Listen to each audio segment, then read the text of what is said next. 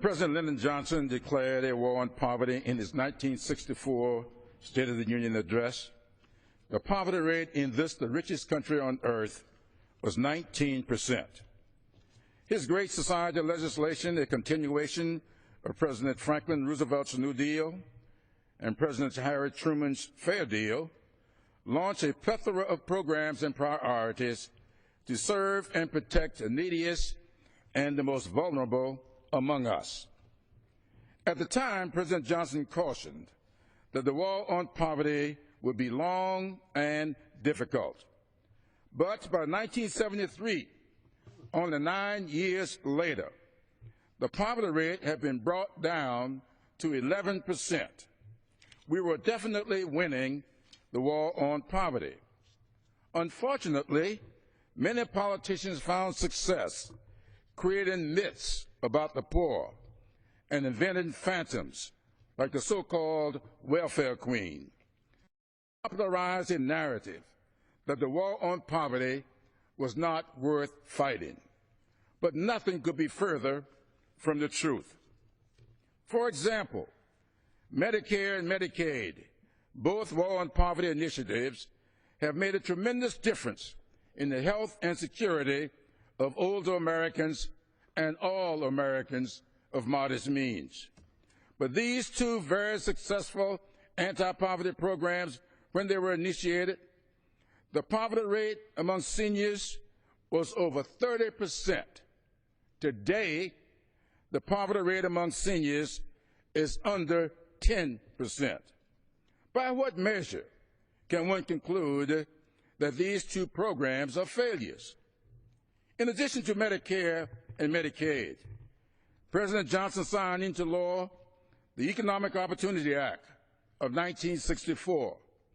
This law launched VISTA, Volunteers in Service to America, Head Start, TRIO, and a slew of other very successful community action programs. TRIO did not fail. In fact, many members of this body on both sides of the aisle would not be here today were it not for Upward Bound, Talent Search, and the Special Students Concerns programs.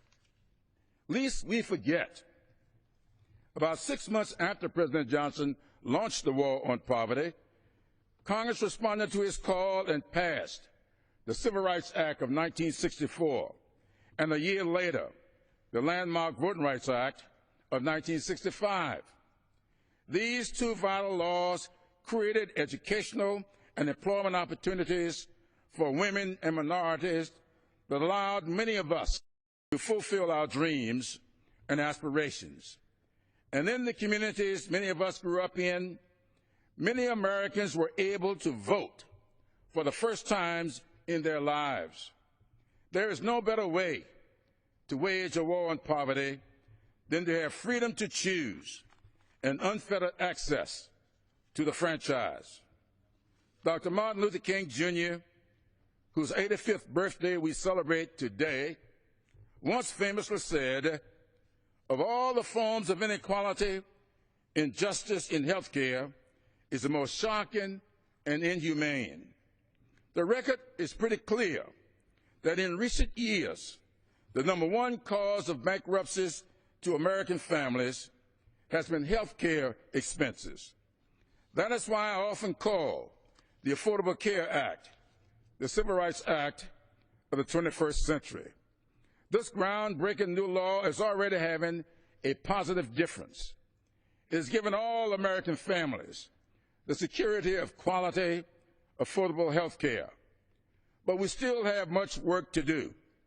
Persistent poverty continues to be a serious challenge, and we in the Congressional Black Caucus are serious about meeting that challenge. Our 10-20-30 initiative targets communities of need for effective economic development through infrastructure investments that create jobs and lay foundations for long-term economic growth. The 10-20-30 approach, which this body authorized in the Rural Development section of the American Recovery and Reinvestment Act of 2009, proved highly successful. This effective poverty fighter should be expanded to other sections of the budget as we continue the long and often tortuous search of a more perfect union. And I yield back. The gentleman's